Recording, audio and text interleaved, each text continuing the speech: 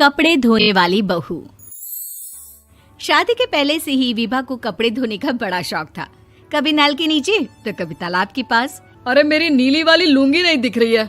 विभा की अम्मा, कहाँ रखी है लुंगी? अरे वो तो विभा ने परसों ही धोकर रखी थी आपकी अलमारी में, देखो वहीं होगी। वो ना मैंने आज धो दी, मुझे लगा कि गंदी हो गई होगी। अरे कैसे गंदी हो गई थी? उसे तो मैंने पहना भी नहीं। हे भगवान, इस लड़की के कपड़े धोने की आदत से परेशान हो गया हूँ मैं। जितना तो घर में राशन नहीं आता, उससे कहीं ज्यादा डिटर्जेंट पाउडर का खर्चा है। इसकी शादी करवा दो, शादी जाए अपने घर में ही करे काम, फिर चाहे घर के कपड़े धोने हो या पूरे गांव के। हाँ ठीक बोल रही हूँ, देखता हूँ मैं कोई लड़का। वो दिन भी आ जाता है जब विभा को देखने लड़के वाले आ जाते हैं। लड़की मुझे अच्छी लगी। होने वाली सास कहती है, बेटी अगर कुछ पूछना है तो पूछ लो। वैसे तो हमारी लड़की बहुत ही शर्मीली है, जो बोल दो वो मान लेती है, इसे क्या पूछना होगा। अरे कैसी बात कर रही हो माँ, मुझे इन लोगों के घर रहना है, सवाल तो कई है। हाँ हाँ बेटा, पूछ लो ना, क्या पूछना है। आप लोगों के घर कपड़े कौन धोता है? सास का मुंह बन जाता है। देखो, अगर तुम ये कहना चाहती हो कि तुम्हें कपड़े धोने नहीं आते तो सुन लो, कपड़े मैं ही धोती हूँ, लेकिन तुम्हारे आ जाने के बाद मैं रुमाल तक नहीं धोऊंगी। अरे चुप रहना भाग्यवान, बहू बेचारी घर आई नहीं, उसे डराना शुरू कर दिया। वो क्या है ना बिटिया, अभी तक तो ये कल्लू की माँ ही धोती थी, लेकिन अब तुम्हारे पापा तो दहेज में वॉशिंग मशीन देंगे ही।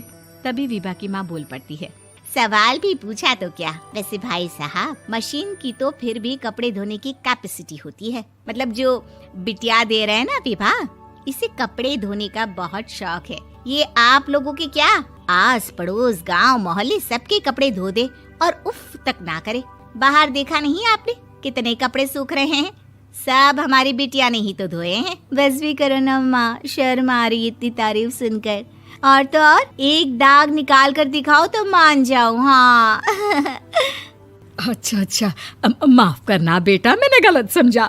हमें तो रिश्ता बहुत पसंद है। और ऐसे जुड़ जाता है रिश्ता कपड़े धोने का शौक रखने वाली विभा का। उसकी शादी हो जाती है कोयला फैक्ट्री में काम करने वाले कल्लू के साथ। शादी के बाद अचानक विभा चिल्लाती हुई सास के पास आती है। सासू माँ, अरे सासू माँ कहाँ है आप? ये तो धोखा है, धोखा दिया आप लोगों ने मुझे। इसे ससुर के चक्कर के बारे में पता चल गया। अरे तो उसमें तुझे क्यों धोखा मिला है? अरे नल में पानी नहीं आता, कपड़े कैसे कब धुलेंगे? अच्छा अच्छा, तू पानी नहीं आ रहा उसकी बात कर रही है। तो आपने क्या सोचा? कुछ नहीं। अच्छा, तेरी माँ ने कहा था कि कपड़े धोने का शौक है तुझे, याद आया मुझे। शौक शौक बोलकर कपड़े धोने वाले मेरे जुनून को कम ना आके सासू माँ, कपड़ा धोना मेरा गुरूर है। तभी पति भी वहाँ आ जाता है। अभी अभी मैंने इसे सनी देओल की फिल्म दिखाई है, उसी के डायलॉग मार रही है माँ। अच्छा सुन, साफ साफ बता रही हूँ, पानी सुबह 4 से 6 और शाम को 10 से 12 आता है, समझी? विभा टाइमिंग सुनकर हैरान हो जाती है। ये क्या भूतों का मोहल्ला है? सुबह 4 बजे उठकर कौन कपड़े धोता है? 4 बजे टंकी में पानी जाता है, फिर सारा दिन धोना ना, किसने मना किया? अरे कैसी बात कर रही हैं? 200 लीटर की टंकी में कितने कपड़े धो लूंगी मैं? सुबह ही उठ जाऊंगी मैं। अब क्या था, विभा सुबह 4 से लेकर रात के 12 बजे तक कपड़े ही धोती रहती। एक रोज सास पड़ोस से निकलकर कहीं जा रही होती है कि साथ वाली कहती है, हाँ कल्लू की माँ, जरा ये बताओ कि 2 साड़ी है, 2 ब्लाउज और एक पेटीकोट और एक नाड़े वाला लंबा कच्छा। हाँ तो? अरे तो क्या, कितना लोगी धुलाई ये बताओ। धोबन दिख रहे हैं हम क्या?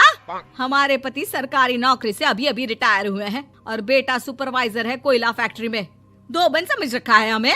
हाय रे कल्लू की अम्मा, माफ कर दो, वो तो मोहल्ले में यही सब बता रहे थे कि तुमने बहू को कपड़ा धुलवाने के काम में लगा दिया है। सास को पड़ोसन की बात सुनकर गुस्सा आ जाता है। वो घर पहुंचती है जहां घर के बाहर ही इतने सारे कपड़े सूख रहे होते हैं जितने कि किसी धोबन के घर पर। अरे ओ कल्लू की दुल्हन, बाहर निकल।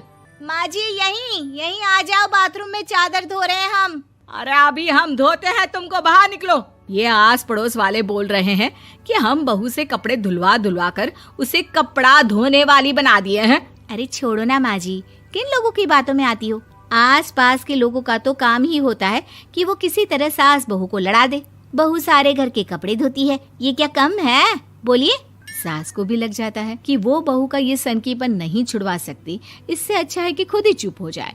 एक रोज सास और बहू मंदिर जाते हैं, जहाँ सास की साड़ी वहाँ खड़ी भीख मांगने वाली से मिलती है। माँ जी क्या बात है, आपकी साड़ी उस भिखारन से कितनी मिल रही है ना? हाँ हाँ देखो तो, दोनों की साड़ी मिल रही है। क्या बात है कल्लू की अम्मा, तुम खुद को तो अफसर की बीवी बताती हो और ऐसी सिंपल सी प्लेन साड़ी पहनकर घूमती हो। सिंपल और प्लेन नहीं है ये साड़ी। तो क्या सोने के धागे से फूल बने हैं? कुछ भी सासू माँ, कुछ भी। हाँ, बने थे इस साड़ी में सोने के धागे से फूल। मेरे पति लेकर आए थे मद्रास से स्पेशली मेरे लिए 10,000 की। ताहे भाई साहब इस भिखारन के लिए भी सेम टू सेम साड़ी लेकर आए होंगे 10,000 की। सास उस वक्त तो कुछ नहीं कहती, लेकिन बहू के साथ घर आती है और अलमारी से एल्बम निकाल कर लाती है। ये साड़ी देख रही है, ये वही साड़ी है जिसे मैंने अभी पहना था। इस साड़ी में ये जो चमकदार फूल दिख रहे हैं ना, ये सोने के धागों से काढ़े गए हैं। लेकिन तू लोकल वॉशिंग मशीन ब्रश से घिस घिस कर सारे फूलों को निकाल कर साड़ी प्लेन कर दी।